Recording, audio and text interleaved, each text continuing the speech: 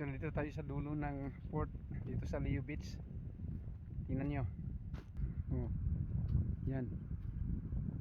Ang ganda ng tanawin mula dito sa dulo ng port ng Leo Beach. Ayan ang beach nya. So may mga bundok.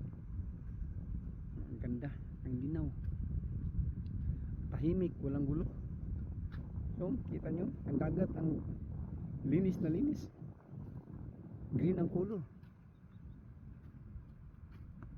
So try to visit in Lido. Many different kinds of beaches that you saw, that you can see.